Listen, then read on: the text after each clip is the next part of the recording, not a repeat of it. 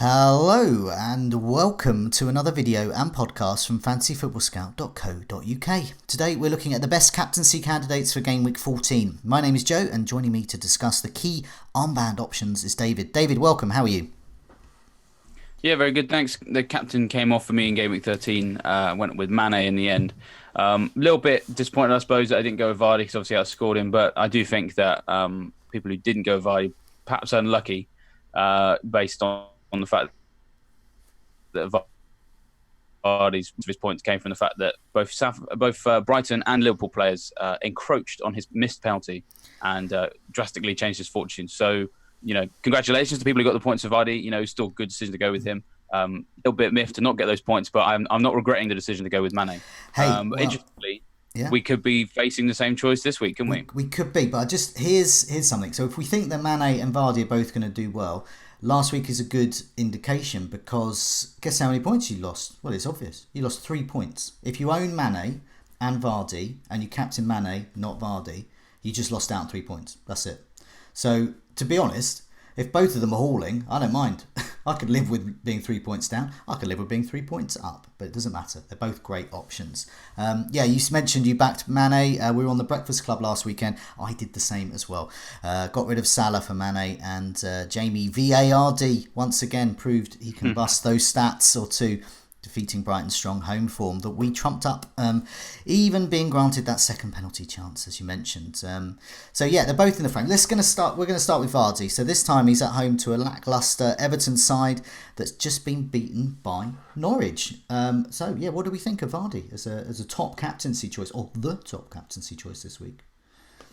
Yeah, I think he looks very good. I mean, obviously, I've used the phrase luck in the same sentence as Vardy earlier, so hopefully I haven't offended people. I think he himself was also unlucky not actually to score more from open play anyway. So, he still did very well in that particular game. And we always talk about, his stat busting. And we've said over the last few weeks, it's not really stat busting anymore. He's just stat dominating, which is what we want to see. Because if he was doing well when he didn't have, fantastic stats to his name, when he starts to get some, then he really does start to become someone you really got to look at. And we've said for a number of weeks he's going to be serious contender each week. So in the last 4 game weeks, he's had 14 shots in the box, and only Jimenez has had more than that. He's had 10 big chances, which is more than anyone else, and it's 4 more than second placed Rashford. So he's miles ahead in that particular category. He's got 12 shots on target. He's 2 more than Pulisic and 3 more than Jimenez, those are the 2 second and third players. 4 more than Rashford. Salah obviously missed a game, to be fair. So he's miles ahead in that one as well. So when you've got a player who's second for shots in the box, top for big chances, so the shots that are happening are of high quality, and top for shots on target, so these high quality chances he's getting in the box, he's getting on target, how's he going to stop scoring? And then when he's playing an Everton team who are at a very low ebb, could be going into this game potentially trying to get their manager sacked, dare I say it, because there's a lot of murmurings about what's going on with the manager situation at Everton. Last couple of away matches, so they haven't had a clean sheet away from home since game week 1. It just kind of seems like the game that Vardy would just tick on and get goal, assist, or brace or something. So I said last week I thought maybe just get 1 goal, which he did. It's just didn't quite, he obviously got the assist as well. But I do think that this could be a game where he kind of does really, really well, because his stats before were kind of like, he was like 3rd or 4th for a lot of these things, 1 or 2 shots per game. But if he's now just almost top for all of these attacking particular stats, it just sort of suggests he does have a double figure haul in him once again. So I'm very happy to own him and very strongly considering the captaincy on him this week. Yeah, powerful stats there from Vardy. We're not used to that. We usually say, 1 shot, 1 goal. But now, just as a bit of a teaser for tonight's Scoutcast, one of the issues we are going to discuss is stubbornness. And yes, we are looking at you, those who don't own Vardy anymore. Those who think he's going to regress, well, I don't know. We've been waiting about 3 years, I reckon, for him to regress. It hasn't come yet, so not likely to come against Everton. Or will it? So what swings it for me is not Vardy's stats, and it's Everton's defence. And I'm looking at that and I'm thinking, okay, Everton, they're really bad. They're there for the taking. And they sort of are. But I think they've been unlucky away. Okay, this is a bit weird. Now, I was having a look at some stats researching this, and I was looking at the last 4 away matches, all teams. And big chance conceded. At the bottom is Everton. Everton have conceded the fewest number of chances out of any team over their last 4 road trips. They're just 4. They've conceded 8 times. But their XG, their expected goals conceded, is in fact around 4. So they've been enormously unlucky. Nevertheless, they have no clean sheets. They have conceded 4. So Vardy is a great option for the captaincy. But we looked at home and away stats last week with Brighton, and there we go. But Vardy, put it this way, was a penalty miss away from not a great score. In the end, he's a retaken penalty on for a good score. But that Everton stat intrigues me. But as you said, there's other things at foot, perhaps. Well, I think the only thing just on how poor those stats are, I mean, the teams they've played away, so Southampton, Brighton, Burnley and Bournemouth are the last 4 teams they've visited. You could argue that perhaps maybe they're so near the bottom because a large number of those teams you wouldn't describe as particularly attacking teams. Although, of course, Brighton did score 3 goals against them. Yeah. And, Danny Ings is doing quite well. But it's not like they played top 6. They've kind of played average to poor opposition with the best of respect to those teams. So then if they're recording low XGC against those teams, it hasn't shocked me. If they're conceding 3 goals against those teams, then that concerns me. And then if they're now going to go and play a team that very much pushing for Champions League with the most informed striker in the Premier League, I feel like that Leicester will kind of punch through that XG if that that makes sense. No, it does. Stats busted once again because, as you point out, those stats for those away teams, they're just scoring for almost every shot. Almost, they're being lucky, and Everton are being unlucky. But now they're against the might of Leicester and Vardy, who are a top form team at the moment, and Everton aren't. And there's the current affairs issue at the moment about their manager and do the players actually want to keep him and will they play for him? Well. Watch this space. The other thing that intrigues me about the captaincy this week is that Leicester aren't in Europe. So many of their other contenders are, particularly Liverpool assets. So if Mane, for example, is playing midweek in Europe, and then he starts both of game weeks 14 and 15, which comes up quickly next week.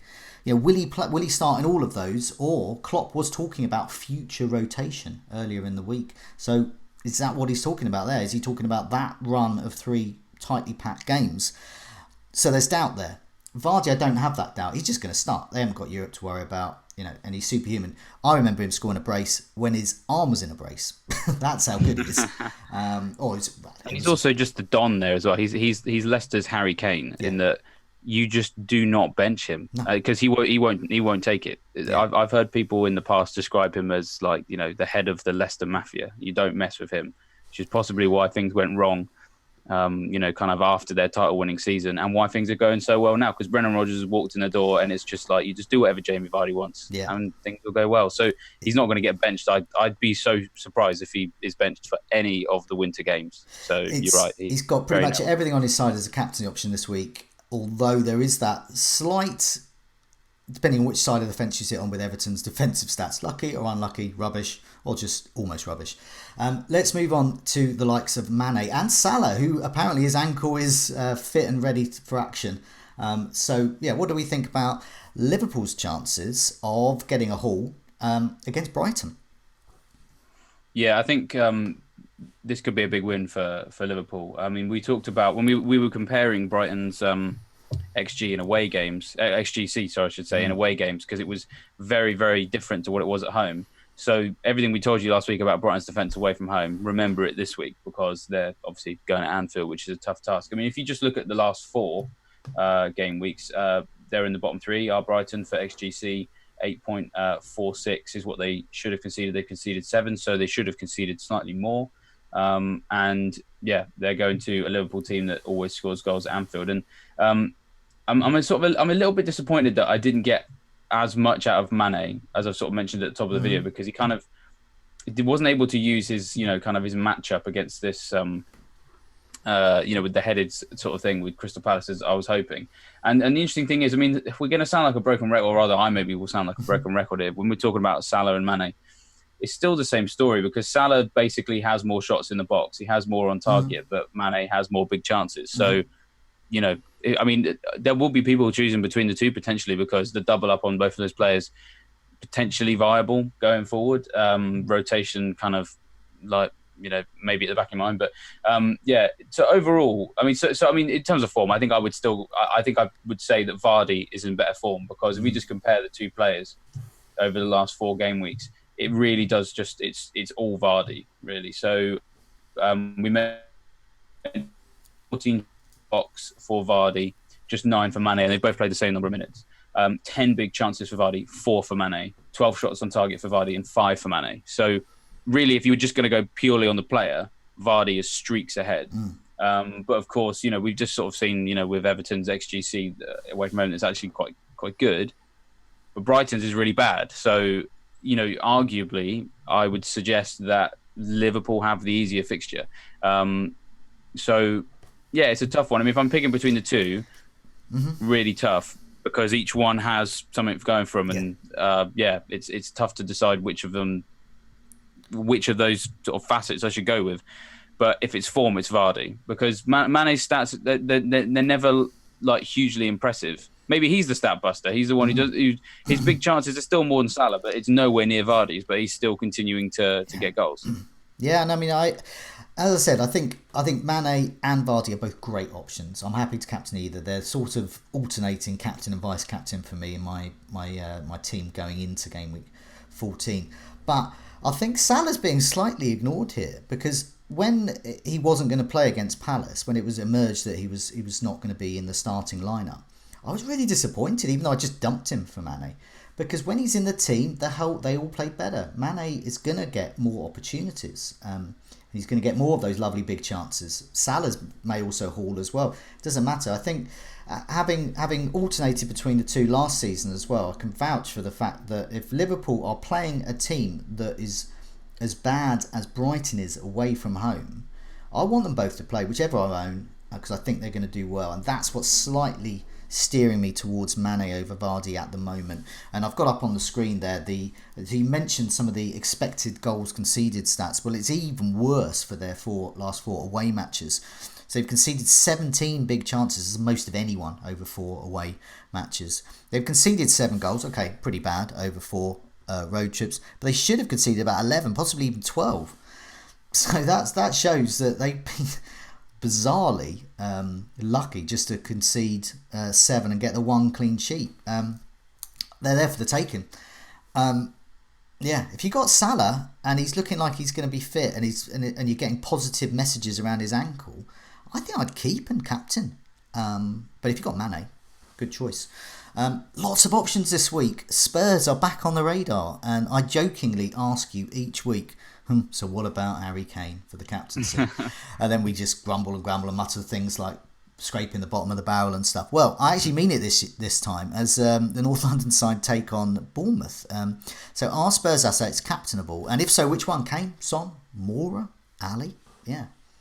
What do you think? I don't think they're captainable just yet. I think, I mean, that's my personal strategy generally is to kind of go with what I know. And, so for example, with Vardy and Mane, I've got 4 clear game weeks of them playing under the manager that they're currently under.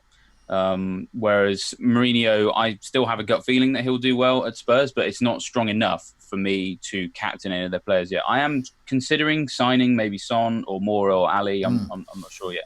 I can't really get to Kane, unfortunately. But yeah, for the captaincy, it's just a bit tough, I think, because, you kind of, it's only 1 game against West Ham. And I do think that West Ham and their current guys are going to skew a lot of attacking stats for people because they're so bad. And Roberto, the goalkeeper as well, especially. I mean, most of the goals that Spurs scored on Saturday, I think a lot of other goalkeepers wouldn't have conceded. There's still positive to come out from that game. So, for example, in the sort of first half an hour, 45 minutes, we were seeing Kane in a more advanced position, back to where we want to see him, just out and out centre forward, playing off the shoulder, getting on the end of things. And it was really helped that Dele Alli was in the team as a number 10 because it took away that kind of need for Kane to drop deep. And there was a couple of occasions where he played him through, but he was offside. So I think, they can maybe crack that in a few weeks.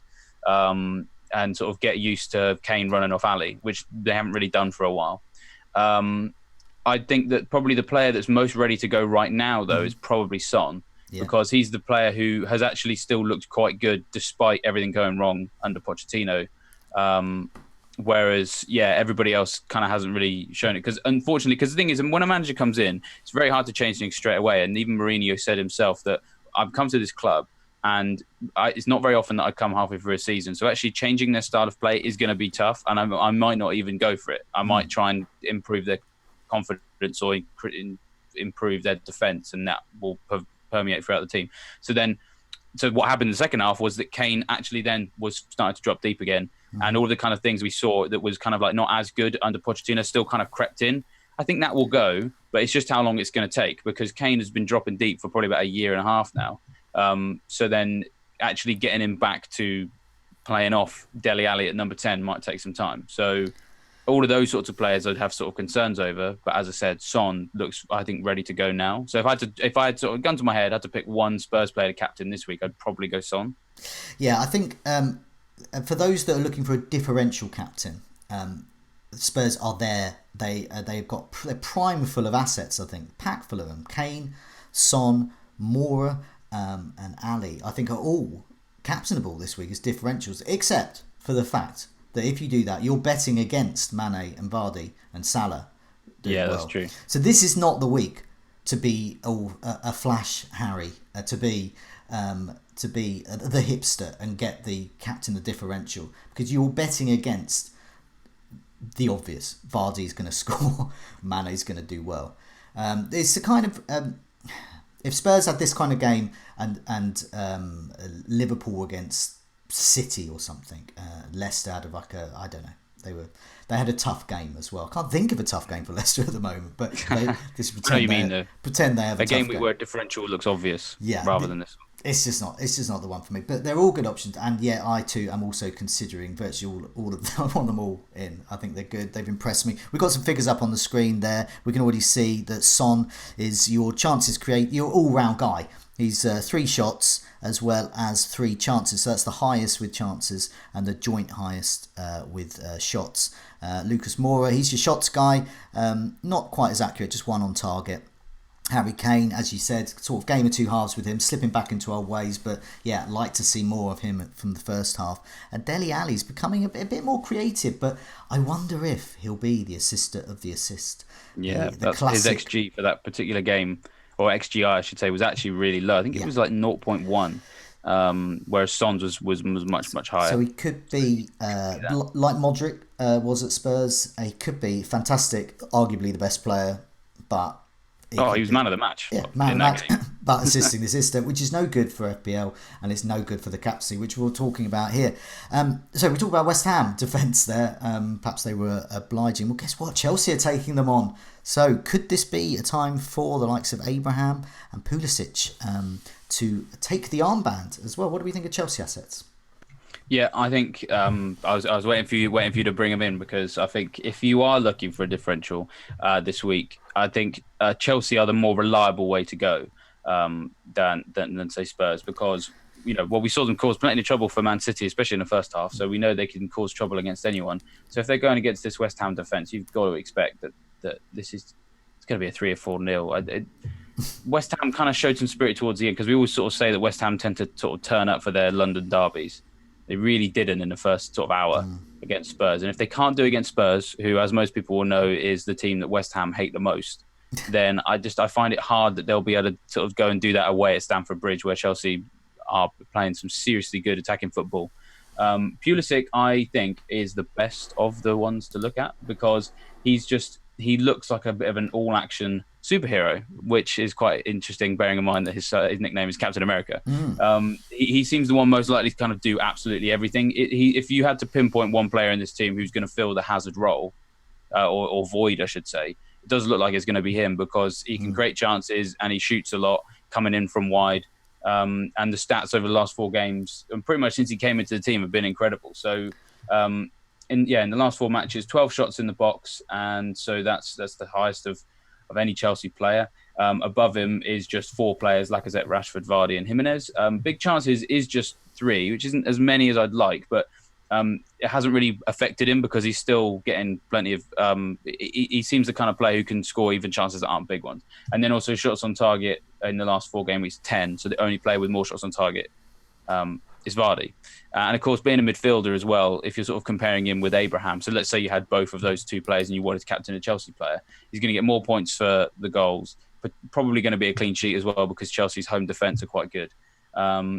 And lots of shots on target is probably helpful for bonus too, because we've seen in the past, say for example, like with Salah, if there's loads and loads of shots off target, then that's going to punish him. But his accuracy has been 71%, which is only about 4% behind Vardy's 75%. So it's kind of hard to see Pulisic not getting points from just any avenue. Clean sheets, assists, goals, bonus, all of them seems very capable of getting them. So I would love to get Pulisic this week, and I'm strongly considering getting him by downgrading Sterling.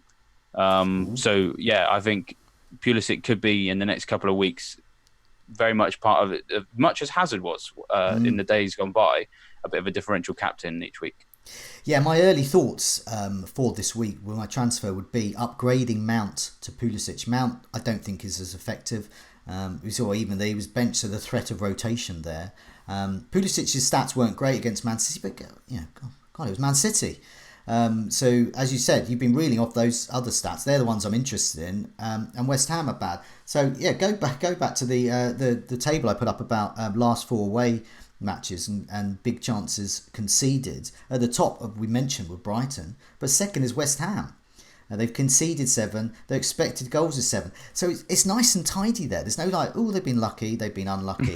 It's like, yeah, they should have conceded that amount, and they have. And those big chances conceded are nice for those who like the old-fashioned sort of stats there. Lots to like about them as differential. But as we said at the beginning, is this the week for a differential?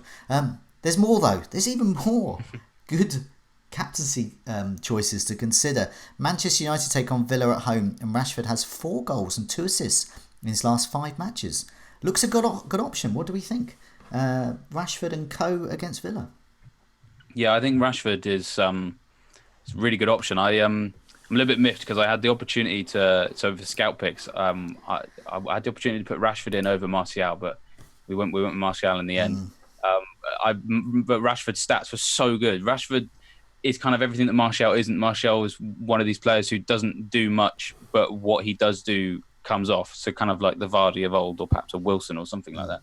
Whereas Rashford is just the volume of shots in all the right places and on target and accuracy and everything. It just all looks great. So over the last 4 matches, 13 shots in the box. I've already mentioned there before that. So that means that Vardy and Jimenez are the only 2 to have more shots in the box than Rashford last 4. Big chances, he's had 6, so he's the second best behind Vardy, who's completely dominating that particular statistic.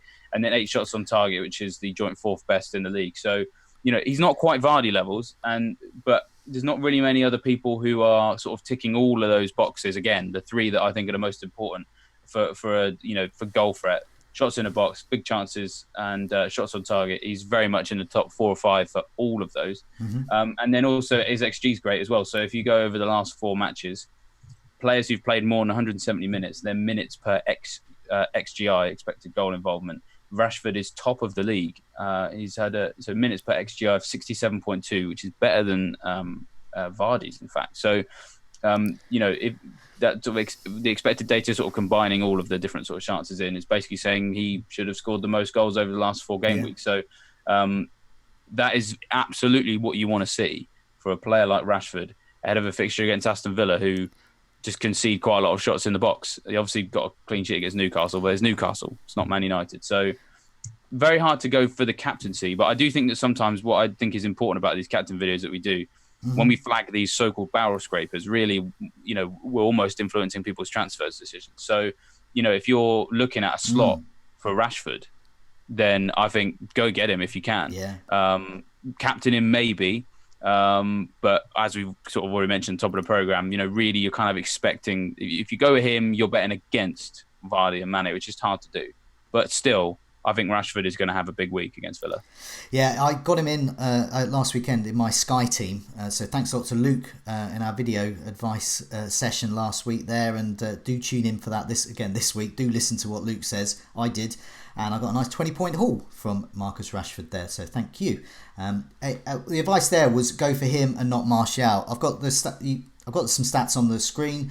You've just reeled off some of them. So we know about Rashford's quality, but it's the comparison with Martial. So it depends where you've got a slot opening up in your team. But I think the evidence there is showing that Rashford is the better option than Martial. You mentioned about the 13 shots inside the box, Martial just the 6. Shots on target though, Martial 7 and Rashford 8. So there's a lot of quantity and quality with Rashford, and there's a bit of quality from Martial, but he hasn't got that quantity to go with it. Big chances, 6 there for Rashford. Martial 4 over the last 4 game weeks, not bad, but Rashford's just simply better. In a nutshell, Rashford's better. If you're gonna bet against the likes of Vardy and Mane this week, and you're that sort of person, then Rashford's a really good option as well. Going back to those, another table. Okay, it's the same table again. I'm just going to put it up. It's the one about defending last 4 away matches. Brighton worst, we mentioned. West Ham, pretty bad next to them. I guess who's third worst? Well, that's Villa. 13 big chances conceded. So there we go. It's nice and tidy. We like it when it's that way. I think a lot of captaincy decisions recently have been very kind of like, you have to kind of ask yourself, have they been unlucky or what have you? And some of these teams are doing quite well away or not so well at home, and it just hasn't been very clear cut. Whereas this week we're quite lucky in that all of the form players are all playing teams who have just quite tidily bad defences, and it's quite obvious they're bad defences. And I've missed game weeks like this. This season has needed more of them, and I think the fact that we haven't had more of these game weeks is why it's been quite tough for people. It has, and it's perfect. It's like a perfect storm, you would hope, but we've been there before. We've expected good hauls, but yeah, the all the signs are there for a good haul. But you mentioned about tricky captaincy decisions, tricky game weeks, and Man City next. Got to mention them. Dropping down the order is Man City. We usually mention them at the top, but they're still scoring. By the likes of Sterling, De Bruyne, and possibly Jesus, worth considering away to a Newcastle side that are far better at St James's Park than on the road, as Villa found out this week. So yeah, what do we think about Man City? I'm fairly overlooked or deservedly overlooked for the captaincy? I think deservedly overlooked because the players we've already sort of mentioned. I think you've got plenty of options there, whereas Man City still kind of, I'm yet to really see. It's been a while since we've seen them really just kind of destroy people, which is what you really need. And of course, you need like certainty over who's going to start as well. But that's not to say, the fact that we're overlooking them, I think with good reason, is not to suggest they can't do well. I think Newcastle's defence is traditionally better at home. And of course, I think, if I'm not wrong, that the last time that Man City went to St James's Park, they actually lost. So, Newcastle can certainly frustrate Man City because they're kind of set up to sit behind the ball anyway. So then if they're, having to do that against Man City, they're very used to doing that. It's not going to be something that they're not used to. But I do think that there's a bit of an opportunity for people if we can believe what Guardiola's saying about Aguero, then I think there is an opportunity for people to just get in on Jesus for a couple of weeks because when he has played, he has done well. So he's had 3 goals this season, but he hasn't had many more starts than that. 2 assists as well, and sort of same point applies. It's hard to sort of compare him over the last 4 games. He's only played 167 minutes, but he's had 4 shots in the box, 3 big chances, and 2 on target. So if we were sort of thinking about, like Martial's had 4 big chances, but has played most of those games. Jesus has just played 160 minutes and had 3 of them. So if you compare him over sort of some like last 4 matches, he's actually usually quite high for things like shots in the box, shots on target, big chances, because how could you not be playing in that team? So if we can get a couple of weeks of Jesus is definitely starting, then I think he could be a good differential. It's just, it's risky because you never know when Aguero's coming back. But from a week-to-week basis, I think maybe Jesus could do quite well against Newcastle. Yeah, I'm going to continue on that with Jesus. If you're minded to get a differential captain this week, Jesus is the man, I think.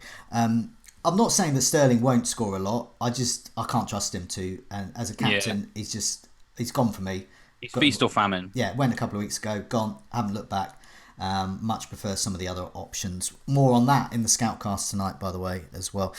So the stats I put up on the screen are quite interesting. So the last 4 away matches, bearing in mind Man City are away this week, and they've also got some nice away matches coming up soon. They've got some tough home ones, but I think they've got lots of scoring potential away.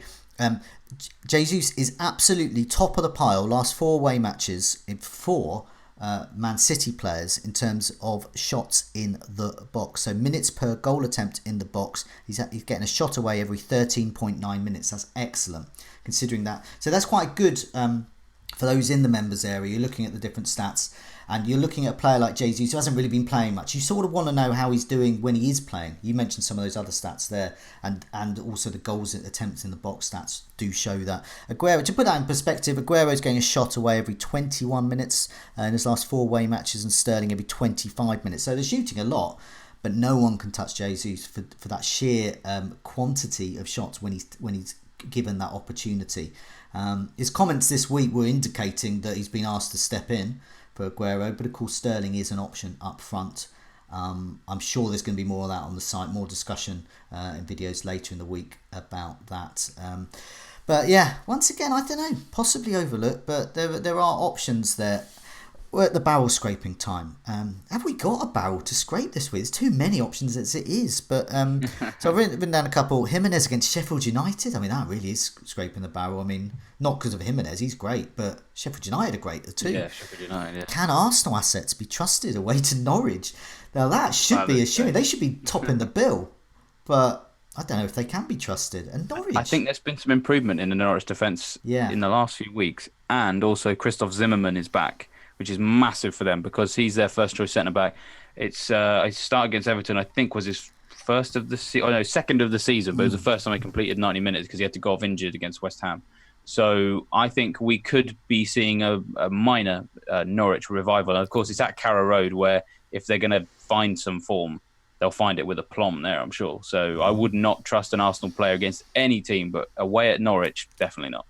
The souffle of excellence is rising in Delia Smith territory there. Norwich on the march. Not a good time to play them.